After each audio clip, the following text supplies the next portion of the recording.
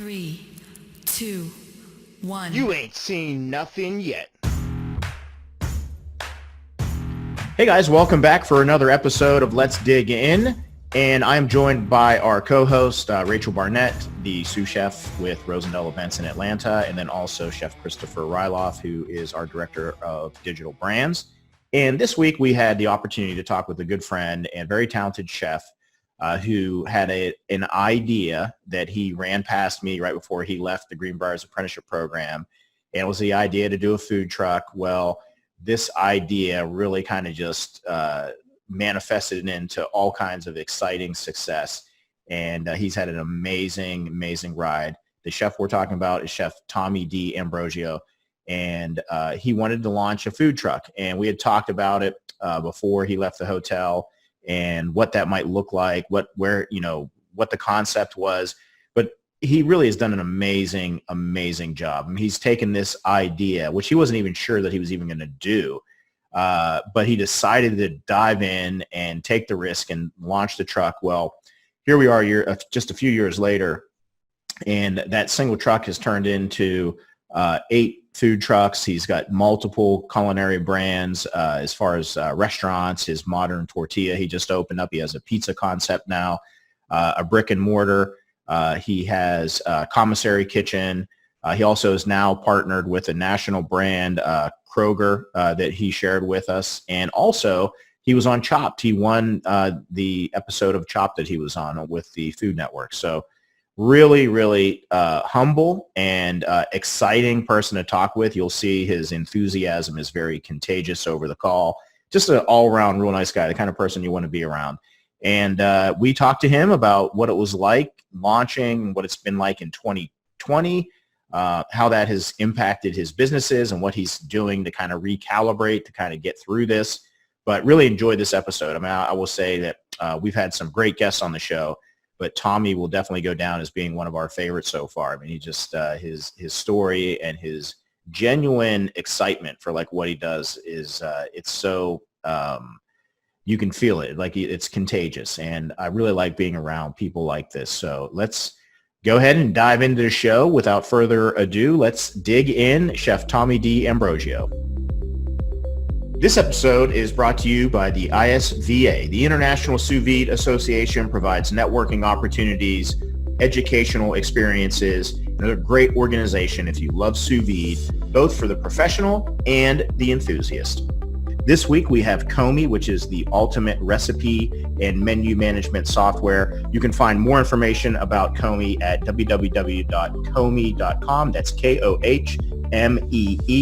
And it is the software that we use to manage all of our recipes and our menus. And it's an amazing software. Check it out. And also, Verlasso Salmon has a buttery mouthfeel, firm texture, and mild flavor that complements any method of cooking or preparation.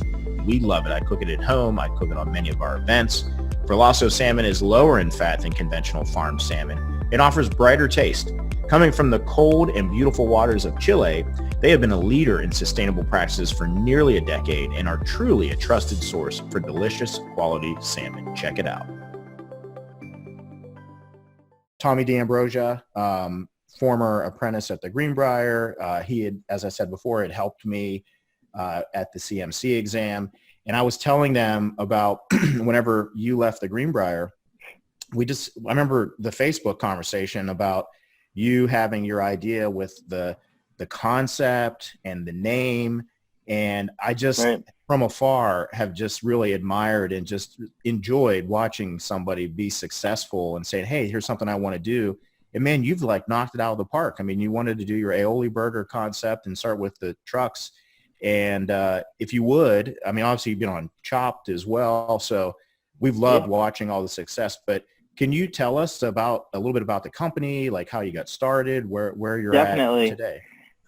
Yeah, I mean, I remember the conversation that we had over Facebook, and that was kind of like the extra step to kind of push me to do it. And I remember the question I said, do you think it's a good idea? And the advice that you gave me is the corporate jobs, those types of jobs, they're always going to be around. And it was, now you're young, you don't have much anyway. So why don't you just go take that leap, jump in, see what happens. You know, you've already built that strong foundation, you know, working, you know, for you at the Greenbrier and going to the CIA and all those things. And I really sat and reflected on that and saw that, yeah, that's true. You know, like, let's just see what happens, give it a couple years. And, yeah, so we started about 6.5 years ago. We started off with just one food truck. I moved back to my hometown, Arizona. I was with two of my friends from high school. We were just hanging out. I think it was like, yeah. And it was just like, I think I was back for Thanksgiving break from the Greenbrier. And they said, we should open up a food truck. And I'm like, you guys, like, you're crazy. Like, I'm working for a world-renowned chef. Yeah, my high school buddies. Like, they don't know what I've done, where I've been, right? And they're like, no, I think it's like really something. It's starting to become, you know, and this is like right before the movie Chef came out. And I'm like, you know, I think there could be something there. So we went down, there's a local event called First Friday in Phoenix. And they've got, you know, probably 20 food trucks at the time that would park. And the lines were just around the block. And, you know, we waited in line and we saw kind of what the food was. And there's a couple burger trucks, a couple Mexican trucks. And we went on the burger truck, and it was just insane how busy they were. And we tried the burger, and I said, you know what? I think we can do this a lot better. Like, let's do it, you know? So we kind of just scrounged our pennies together. I think we started the whole thing with like $30,000. So not too much money. We had a pretty goofy truck. We were working, you know, in the heat of the Arizona summer, where it's like 120 degrees outside. Yeah. It was just brutal. There's no AC on the trucks. I mean, it's, you know, the truck was old. It was run down. I think our first month I was able to do maybe like 3 or 4 events. We saved maybe like $5 or $6 grand, and the engine blew on the truck. So I'm like, what am I doing? Oh, no. Like everything we just worked for, it's gone. I got to, you know, reinvest it back in the truck. And, yeah. So it was really, that was a crazy kind of wake-up call to, you know, I got to be a mechanic too. I got to learn how to change, you know, a spark plug or an air filter or, you know, whatever it is. So, yeah, so we kind of just started going with the trucks. You know, my 2 high school friends, they were still working at their jobs, you know, so they could still bring home some money for their family. I wasn't really taking much. I think it was like $1,000 a month or something like that. And luckily my wife was nice enough to let me do this. So, yeah, so we just kind of kept going, reinvesting everything we made back into the truck.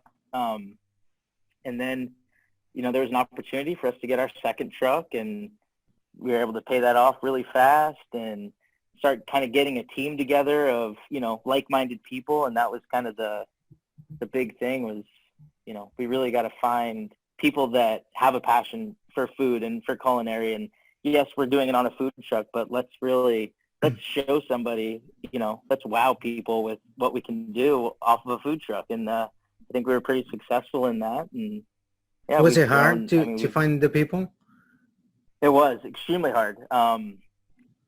You know, living in Arizona, I grew up here, so I knew what the food scene was here, and it's partly why I left. You know, I knew places, you know, like New York, and going to culinary school in New York, I could learn a lot of things, and I could bring it back, you know, eventually someday. So yeah, it was hard, but the big thing is what I found so far is that if someone has passion and work ethic and just those key factors, right, you can teach them how to cook, especially a burger, the right way, right? It's all about attitude. And I think that's a big thing that I focus on with the team is, you know, just having a positive attitude. And if you make a mistake, it's just a learning opportunity, you know? Mm-hmm. So. Tom, was there any points that you were like, oh my God, this is, you know, maybe it was whenever the thing broke down, you're like, shit, this is not going to be as easy as I thought. And was there a point when you were like, hey, I think we've got something like really special here? I mean, because it wasn't like, you know, the trajectory, there's always going to be like ups and downs and stuff like that. But how long did it kind of take to go through? Like, did you know in the first year? So the first year, I think it was probably we wrote a little business plan, and we had like a 5-year plan. And our third year was to like have our second truck. We were able to do that within like 6 months. So I knew there was a need for what we were doing, and a want, but the struggle of working on a truck, not really making any money, I still had student loans from culinary school that I was still paying off. And, that was, it was hard, a lot of conversations with my wife and, a lot of sacrifice that had to be put in at that ground level to be able to, to keep it going. And there was, definitely times of doubt. But I knew that I could see the vision, right? Like I could see, I would sit back and realize like I have the foundation, like you said, from a young age, and I could just build on that again. I'm just kind of starting over, I'm building the next level to the house. So, right. And now we've kind of built like somewhat of a mansion, but it's pretty crazy. Yeah, we've got so we have 8 trucks. We've got 3 different concepts: modern tortilla, aioli burger, Oakwood fire pizza. We have 1 brick and mortar in kind of like the high school, like right where I grew up. So it's right down the street from the high school. So we opened up that one, and then we're opening up another brick and mortar right down the street. We have a 14,000 foot commissary building that we just purchased. Wow. And we also just signed a deal with Kroger grocery. So we're inside of their Arizona local, which is like Fry's grocery stores. And we actually have an aioli burger built inside of a grocery store. That's That's amazing. so awesome. That's Cool. awesome. So just to have an idea, when did you start all of this? Like how long ago? And I'm asking you this because for everyone that is listening to us now, for everyone that is listening to the podcast, I want to, put out there that if you really work, like what you just said, that I wrote it down, if you really have passion and work ethic, is something that you can really accomplish. And there's so many people out there just thinking what they can do right now at this point because of the pandemic. And Right. even Sure. that you have on top of you the pandemic, you're still moving, you're still pushing, you're still That's right. getting through the moment. Yes, and I think a big thing that I took from the Greenbrier, probably the biggest thing, is being able to adapt. You get thrown a curveball, you just got to move around it Many and of figure them. out the next step. Right, many of Right. them. Yeah, it was countless curveballs were thrown. And at first I didn't really understand it, right? I'm like, why are you making us do this? Like, what, you're just making it more difficult than it needs to be, right? But as I sit back and think about that, it was really the best lesson of all. And this has proven that, so much more now that with this pandemic, nobody saw this coming. We thought that when we started food trucks, we had the recession-proof business. We thought we had, the worst of times proof business. And because we were mobile, right, we could go to the clients, and that was the big thing. And since then, food trucks have pretty much wiped out. In Arizona still, where we can only operate parties of 10, less than 10. So, there's really not much there. We were doing a lot of corporate catering, and most people are working remotely. And, so we really had to just change up our business model and look at different things that we can do with the trucks that are still, revenue generating. And so we've kind of jumped into meal prep. Been doing a ton of meal prep. We're fortunate that in Arizona, the states kicked in a lot of funds for people in need, and they kind of did it as a double whammy. So they made sure that money went to local restaurants so that we could prepare food for people in need. So, we were fortunate enough to get a couple of those contracts and awesome. Really, keep our business going, keep our employees happy. And, we're fortunate we haven't had to let go anybody. That's we're amazing. actually building. We're hiring right now. So, I feel like, one of the things you said is just about being able to adapt. I do feel like really not even just in your business, but kind of in life to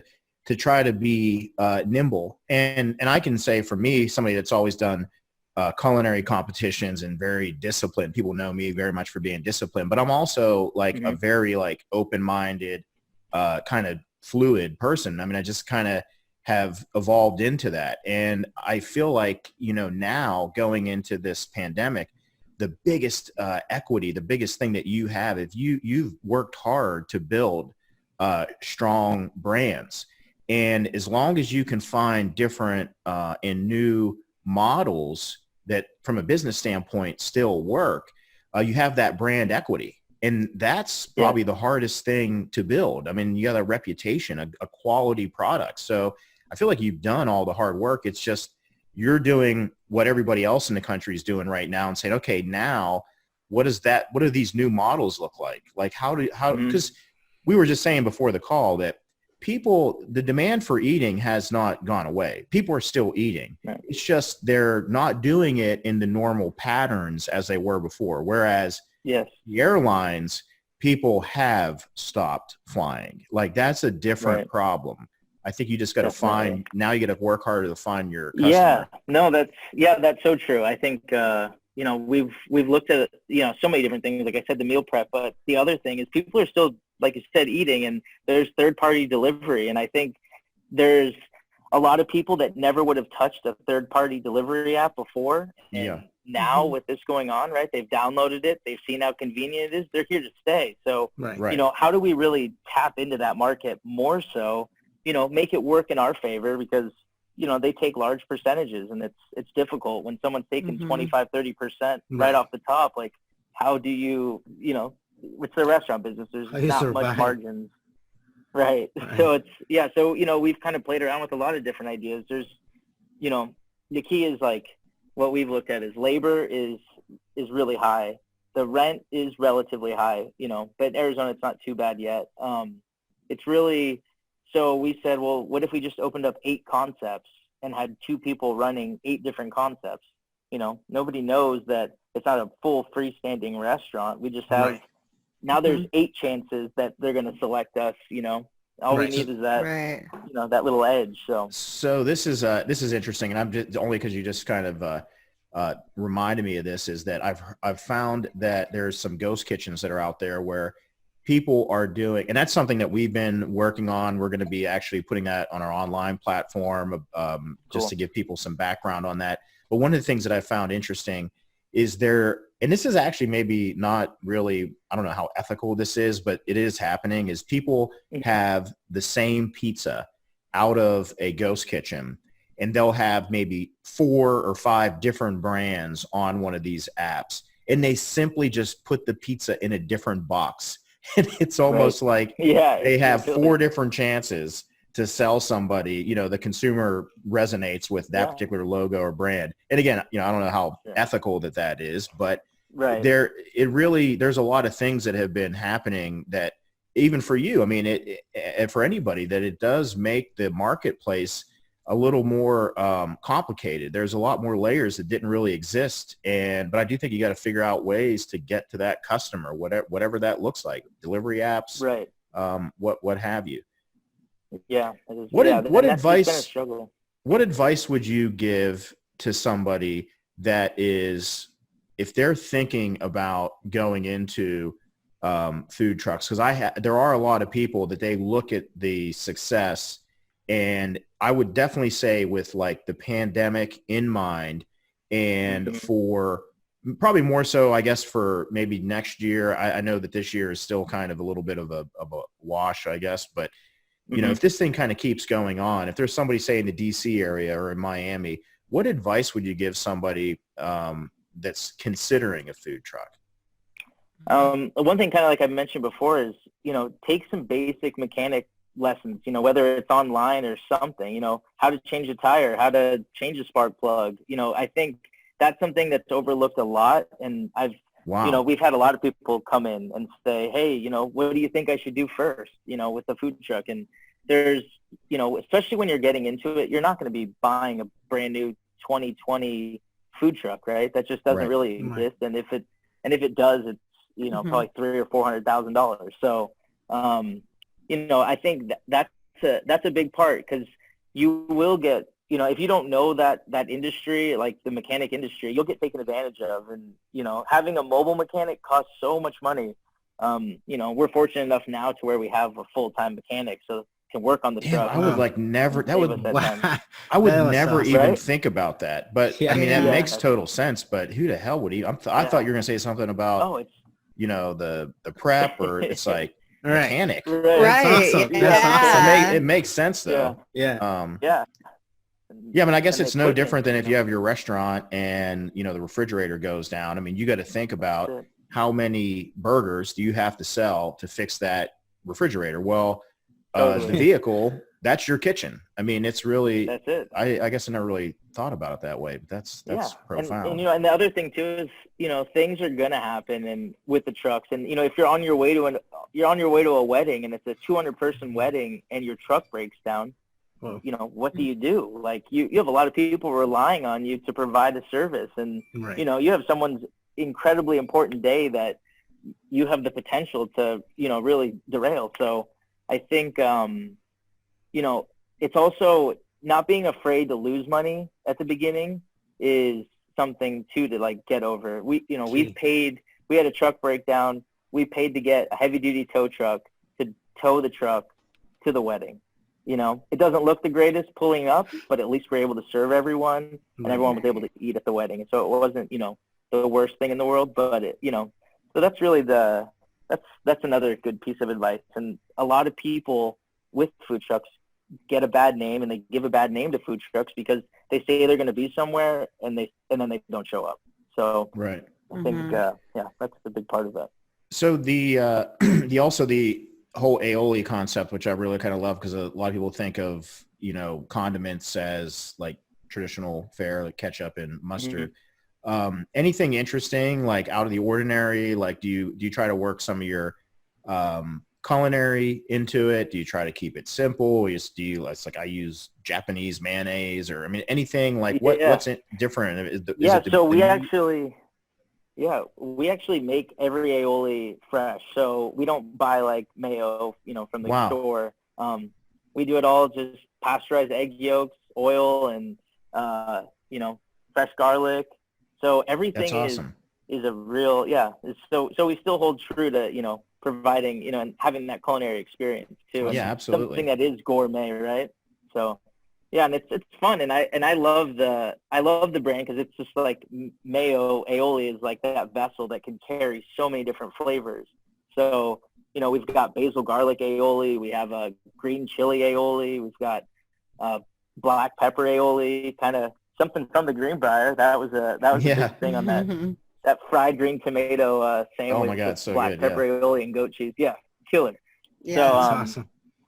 yeah, so it's a lot of fun, and I think the other thing too is when you're creating your menu is to find something that can be used across the board, right? It's all about cross utilization. You're on a food truck; it's a small kitchen, so you have to have things that can be changed and interchanged fairly easy. So we make one batch of roasted garlic aioli. We'll split it up into 5 or 6 different sauces, and add our flavor that way. So what about? Sorry, go ahead, Rachel. Oh, I was just gonna say that's so cool that you make your own aioli like that, and that's kind of it's unique to see on a food truck. A friend of mine back in Michigan just opened his first food truck. I'm gonna plug the name here, Captain's Wood-Fired Pies.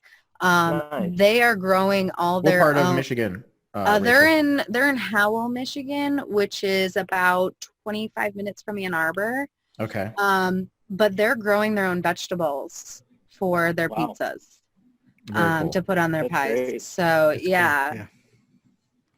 Yeah, that's awesome, and that is incredible too. On how the flavor that you get from a real vegetable that was just picked is like light years ahead of what you get from a distributor. So right, and that's really cool. going to set them apart from any other pizza food truck that's getting their produce in or whatever. This is grown in their backyard.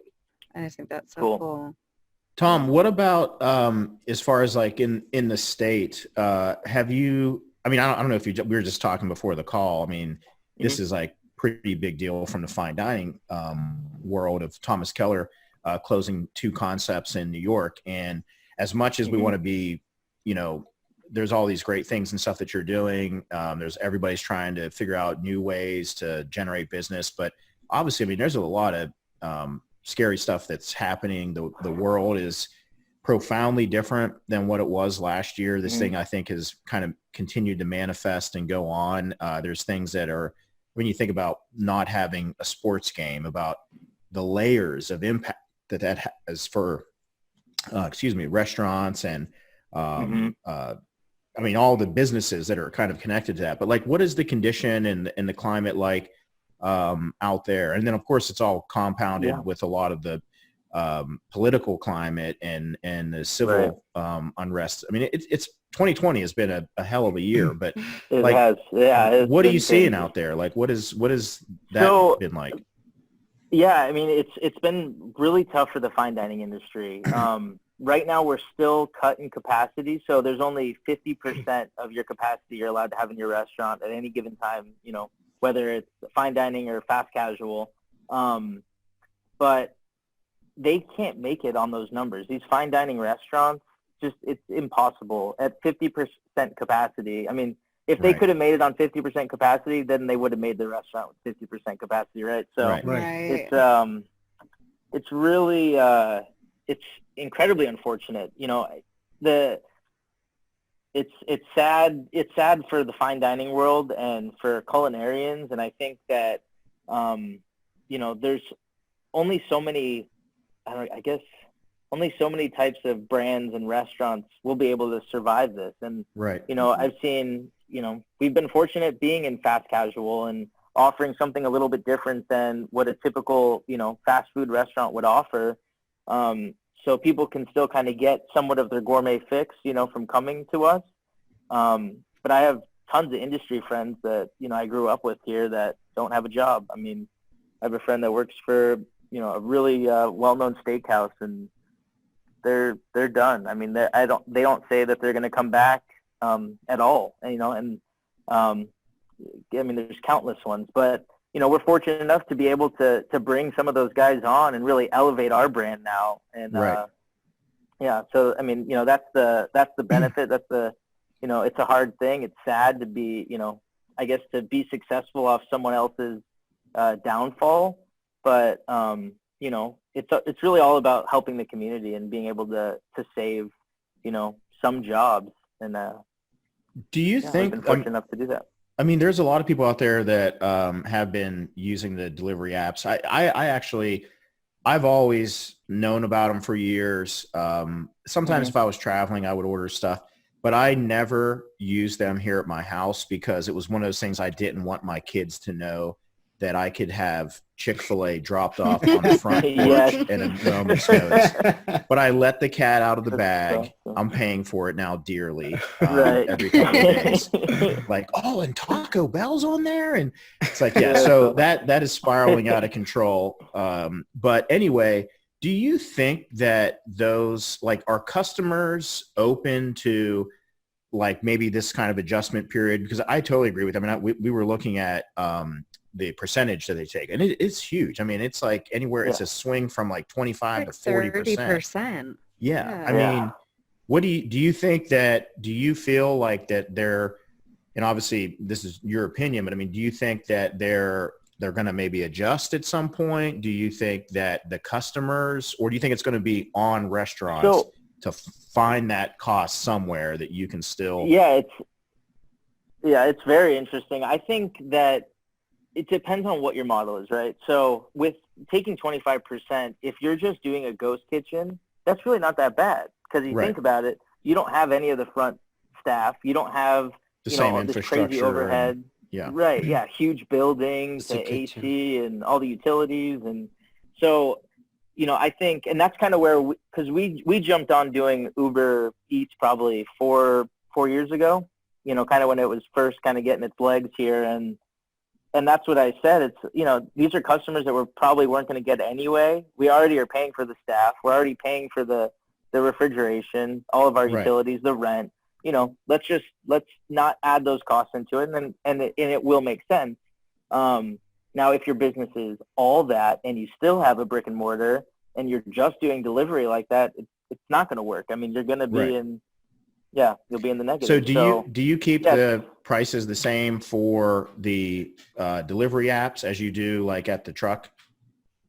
So we used to, but we've changed it recently. Right. Because we started to see, because we were getting hit so hard with primarily just delivery, that, you know, that little swing really wasn't matching up right. So that's kind of, we just recently increased them. It's not much, but it's just to cover that 25%. So, we can still keep our lights on for everyone. And I've even seen, we're looking at like brisket prices and burger prices and stuff like that. And it's kind of crazy now, like just some of the prices. I mean, I'm seeing like major chains that are charging $24 a pound for brisket. And, oh yeah, a year ago, that was like unheard of, unless you were like in the New York metro. But man, oh man, a lot has changed. I think if you have a craveable, delicious product, it's kind of like, I mean, look what people spend on an iPhone. If you have an amazing burger or you have an amazing whatever that may be, I mean, you do have unique pricing power. I mean, there's a tipping point there where customers don't want to be taken advantage of, obviously, but I think they get it that, it's difficult. And I think that there is a little bit of wiggle room there, but yeah, man, oh man, that sure is a big chunk for those delivery apps to take. Yeah, it really is. And like you said, the sourcing of stuff has been relatively tough. I mean, we buy our meat locally. The problem is that plant got shut down due to COVID. So really, we had to scramble and Right. So we buy it through a big supplier. Fortunately, they have other plants in other states, but they started sending us their burger that they make in that state, which is different than the burger that we get. So, right. There was a little bit of explaining to customers, that this is just a temporary, item. It's still just as good, but it's, they just form the patties differently. It's really the same meat. It's just they form them where they're flatter.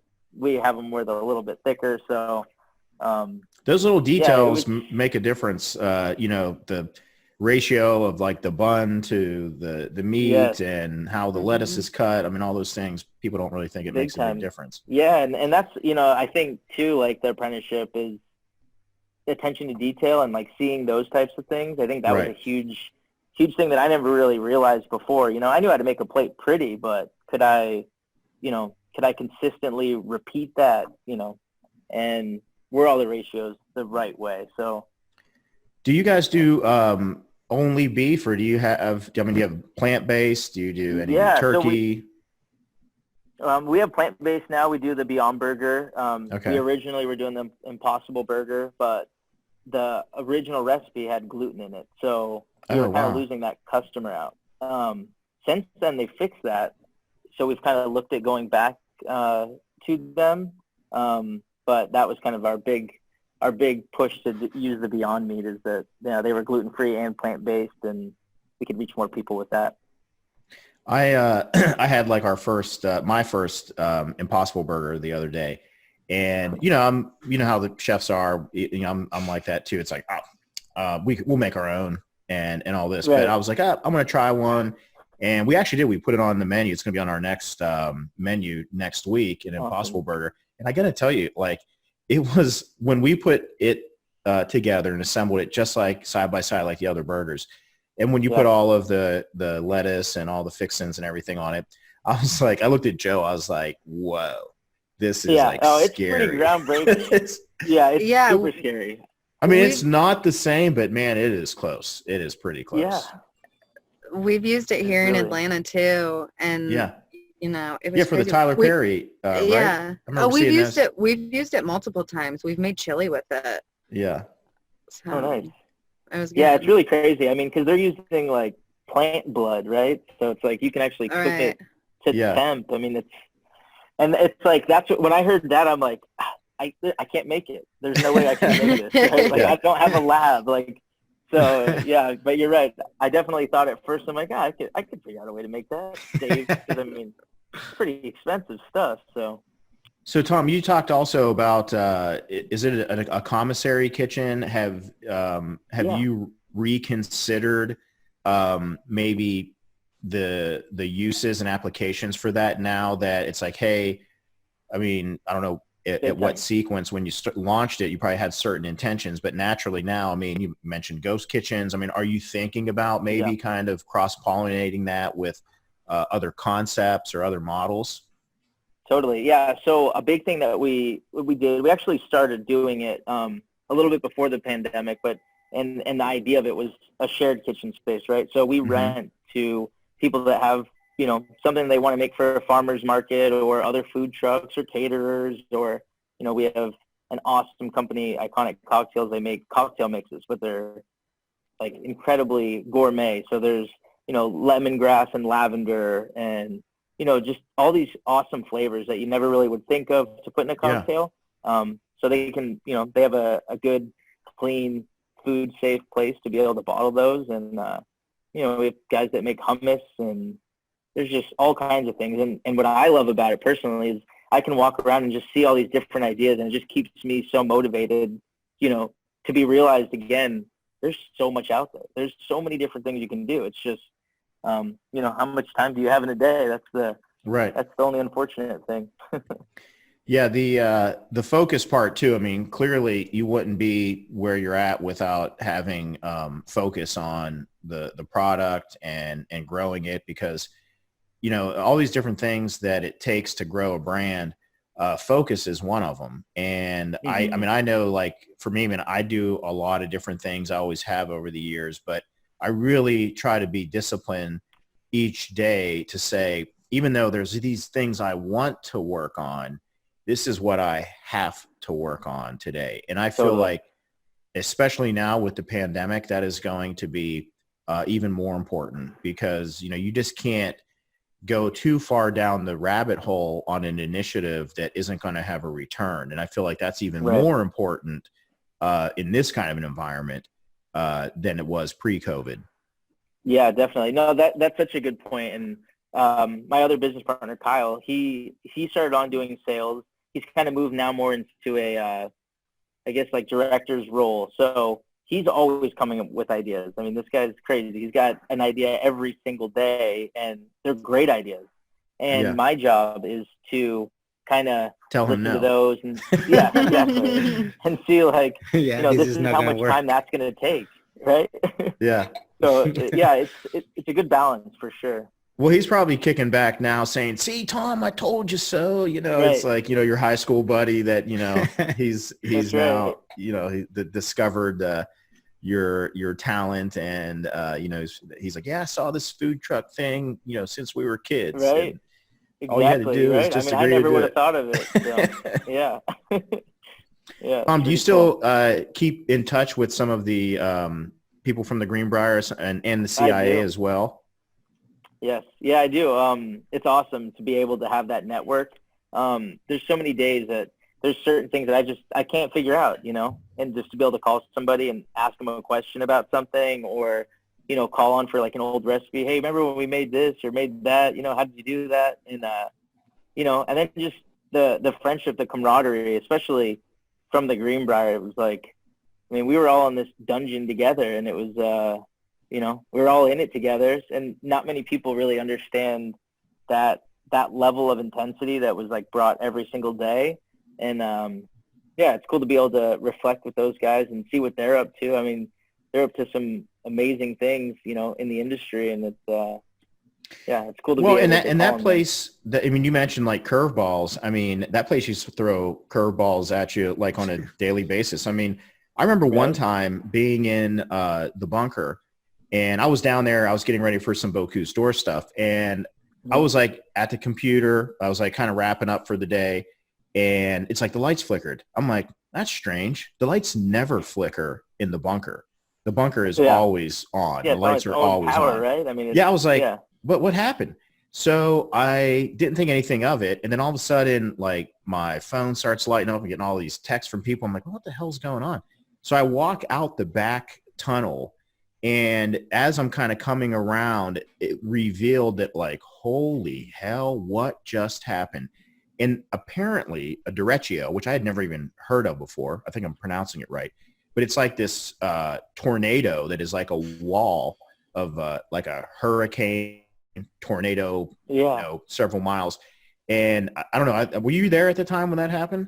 I don't think I was there, because I remember seeing pictures of the devastation afterwards. I mean, it was devastation. Like, I literally jumped in a golf cart and I went down to, like, we were literally like 3 days away from doing the Greenbrier Classic. And I mean, literally all these skyboxes were just wrecked. And I was just like, oh my God. And of course we had a whole bunch of people still staying at the hotel, and we had to figure out like, how are we going to feed everybody still? You know, power's out.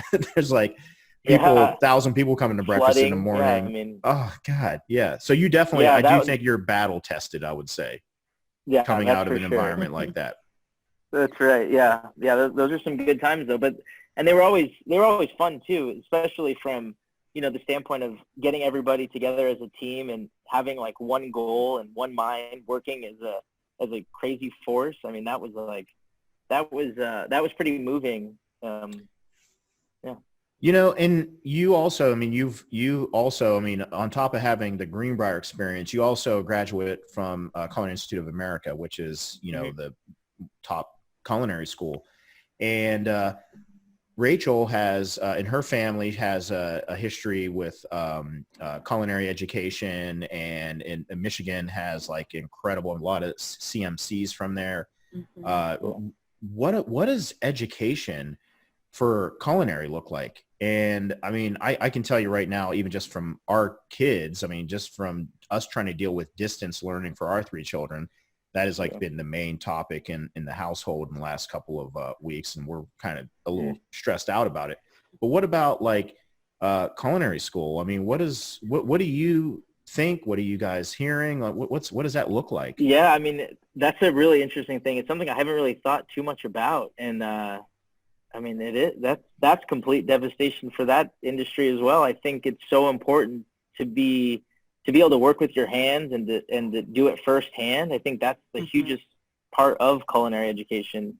And, you know, a lot of us chefs, that's how we learn, is by doing. It's not reading a textbook. I mean, you're not going to know how to make a pâté en croûte by watching, you know, how to do it. You got to do it. Right. And there's a lot of little tricks and things that you'll figure out along the way. And I think that's, it's going to be really hard. I think, you know, hopefully this goes quickly and we can get past it. And I think too, I think there's like a huge difference between watching somebody do something online and learning how to do something online virtually versus being in school, being present, having like Chef Rich said, the culinary school I went to, there was 5 certified master chefs as instructors. So being surrounded in that kind of environment and learning from those kind of people, it's totally different than virtual learning. And I think that's going to be, you know, I don't know. I fear for culinary school because I think that it really is, you know, huge. But I do see a future for virtual learning. But I think the hands-on in that environment, I think it does also give you that discipline that not all chefs have. I think you learn a lot of that in culinary school. Yeah, big time. Yeah, having your toque on and it pressed the right way and your handkerchief. Right. And, your whites are ironed and cleaned. I mean, there's a lot of discipline that goes into that. And your nails are clean and you're they're lining shaven, you know? I mean, it's like, lining you down the wall, checking your nails. Yeah, there's not going to be that with virtual learning. As soon as you said neckerchief, it kind of reminded me, even working back at the hotel, when we literally used to have neckerchiefs and starched chef hats. Like, whoa! I mean, it's like, that was pretty cool. Where the hell do you see that anymore? I mean, it actually would come in handy now to have the neckerchiefs, I guess. That way. Right. A little mask or something. I have a question that now, I mean, knowing that you have all those concepts, not talking about your food, but in general, which one is your favorite one?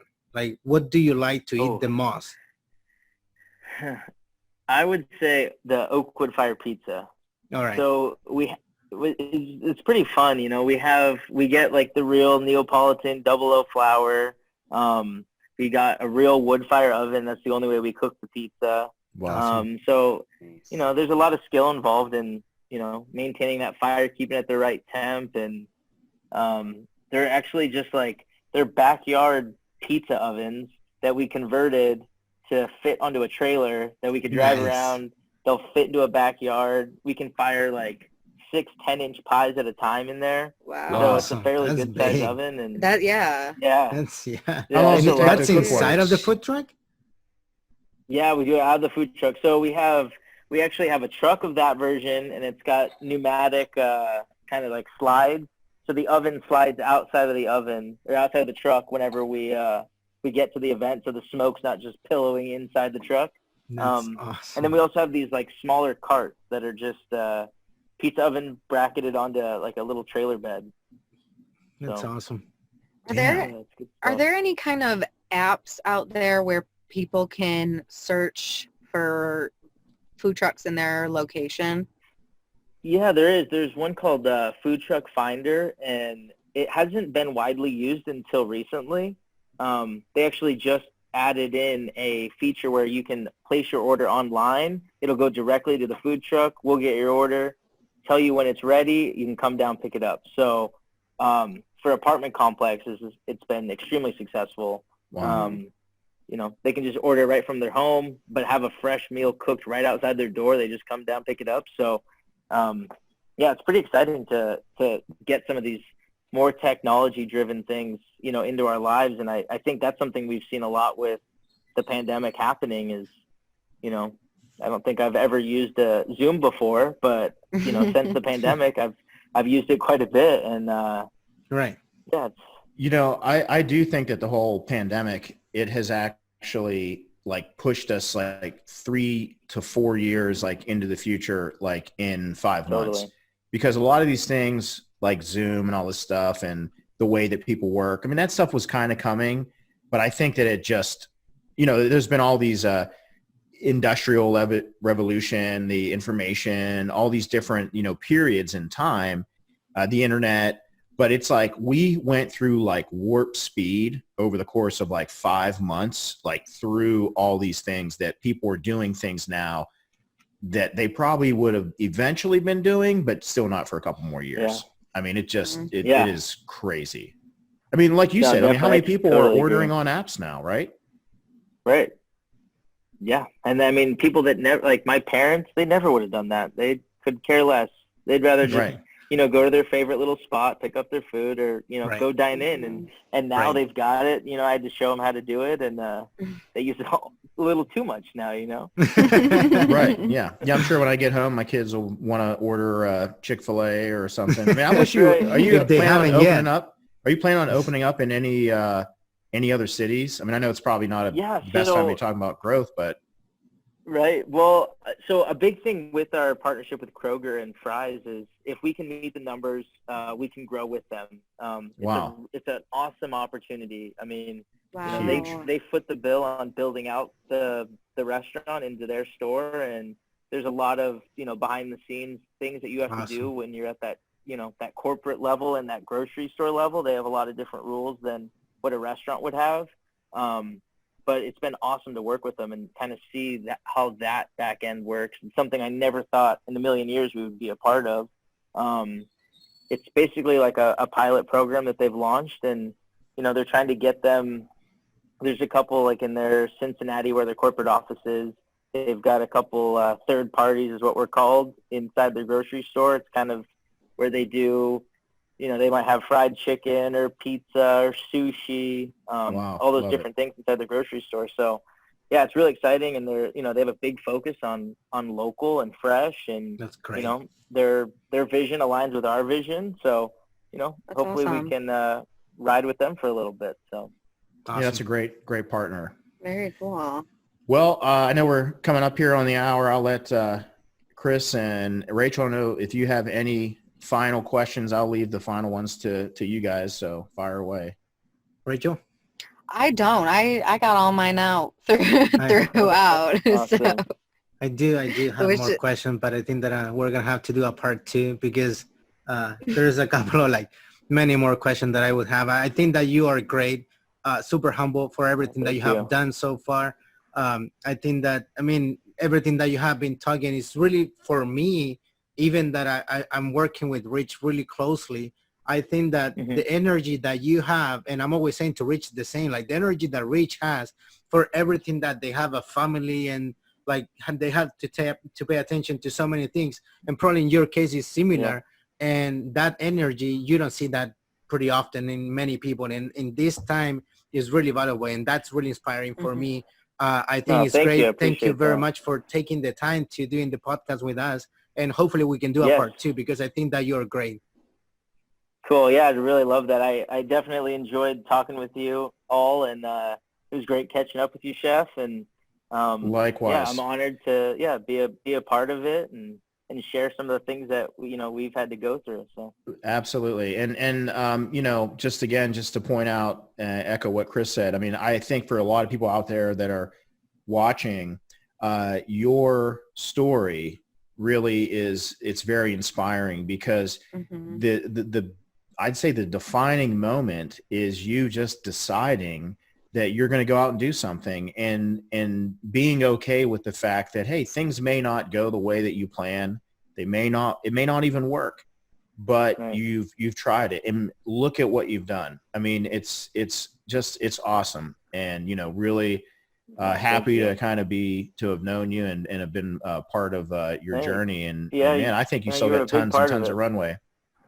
No, thank you. Awesome. Oh, thank you, Chef. Awesome. I really do appreciate it. And yeah, I mean, yeah, anything for you. I mean, you really did. You gave me that, you saw me that one day and you put all the trust in me to be a part of the apprenticeship program and, invited me out there. And, my whole goal was to be a part of, the New York City kind of culinary scene. And, you showed me how much the Greenbrier had to offer and the things that you had to offer. And, you being a part of Bocuse, those were experiences that I'll never forget. And I take with me and I try to implement a lot of the things that, I've seen you do, just like Chris was saying. I mean, the passion, the drive, the attention to detail that you have is incredible. And yeah, that's what we strive for. So thank you very much.